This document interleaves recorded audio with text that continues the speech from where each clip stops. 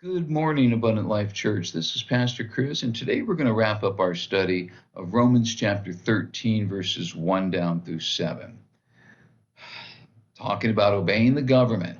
And what we've said so far is that the reason Paul says to obey the government, the reason he says not to speak out against it, not to try to rise against it, is because your agenda is more important. Paul wasn't saying that the Roman government was right or good or anything like that.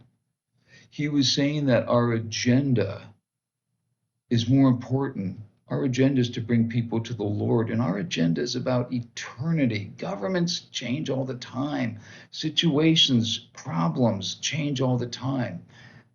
Your mind should be on eternity. That's more important. I see Christians get worked up and get angry and argue over politics constantly. But think about this. If we're seen as angry and overly political, it's going to affect our ability to draw people to Jesus. If people think I can't come to Jesus unless I vote a certain way, that's going to impact our ability to win people to the Lord. Paul's whole point was not to worry about the government, or not to worry about changing the government, even if it was corrupt, even if it needed changing. We have bigger things to worry about. Stop worrying about changing the government and worry about changing people's lives for Jesus Christ. That task is way too important to ever allow ourselves to get bogged down in a political or a social issue.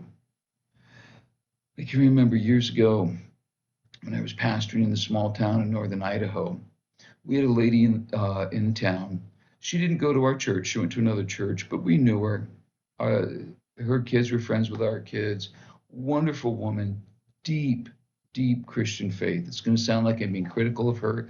I'm not. I just want you to understand the situation. She called me up one day and asked if I would sign a petition. There was some bill in the Idaho State House about gay rights, and she was starting a petition wanting to send it to the State House, opposing a bill on gay rights. And she asked me if I would sign it. And I said, well, I will under one condition.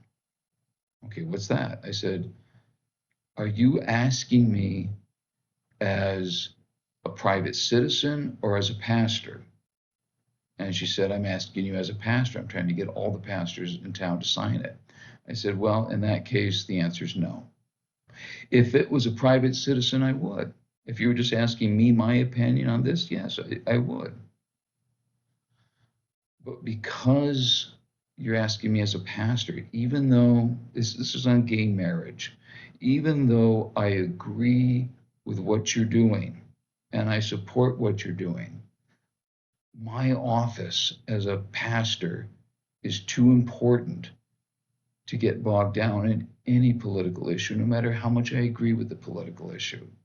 I will not be sidetracked. She absolutely understood. She respected it. She thanked me for my insight, what have you. So there wasn't tension.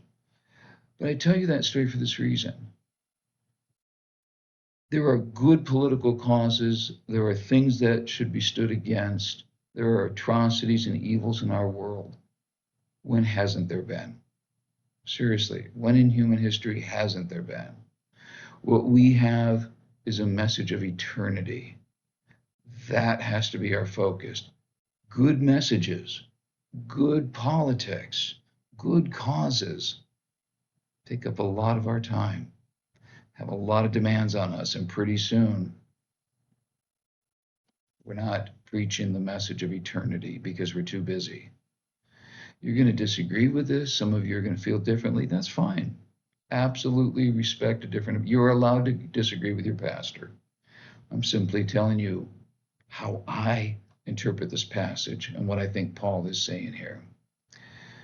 We have to be more passionate about getting people to follow Jesus than we are concerned with them agreeing with us. You do have the right to have your voice heard. You do have the right to protest and disagree. But as a Christian, you need to continually ask yourself, is this taking me away from what's really important, from what's really eternal. Why are Christians so anxious to get waist deep involved in social and political issues? Because we have something of eternity. That should be what's taking up our time and focus. And by the way, we are seen as far better citizens, as far better witnesses when we're obeying the government, when we're not causing upheaval, when we're not adding to the controversy. Don't think I'm saying that I disagree with your opinion. Every church I've ever pastored, we've had wonderful, godly Christians who are deeply conservative politically, and we've had wonderful, godly Christians who are deeply liberal politically. And you know what? They both love Jesus. The problem is they tend to look at the other side and say, you're not really real Christians. That's a problem. Can't the cause of Jesus Christ be what we're known for? Not our political party, not how we vote. Christians are supposed to be good citizens, no matter what. We're supposed to be shining examples. I want to close by telling you a little bit more history about the Roman Empire. Christianity, when it started in the early first century, it was just one of many religions. And in the Roman Empire and in Rome, there were lots of different religions. And we see with this letter to the Roman Church that now Christianity is taking a little bit of foothold there. That's great. You're one of many now.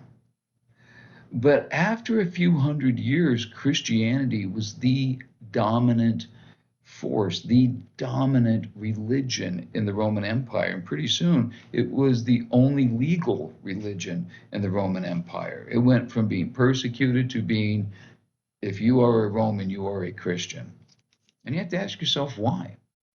Why did Christianity endure when the other religions did not? And it wasn't because of the theology or anything like that. It was a very simple and very practical reason why Christianity became the one.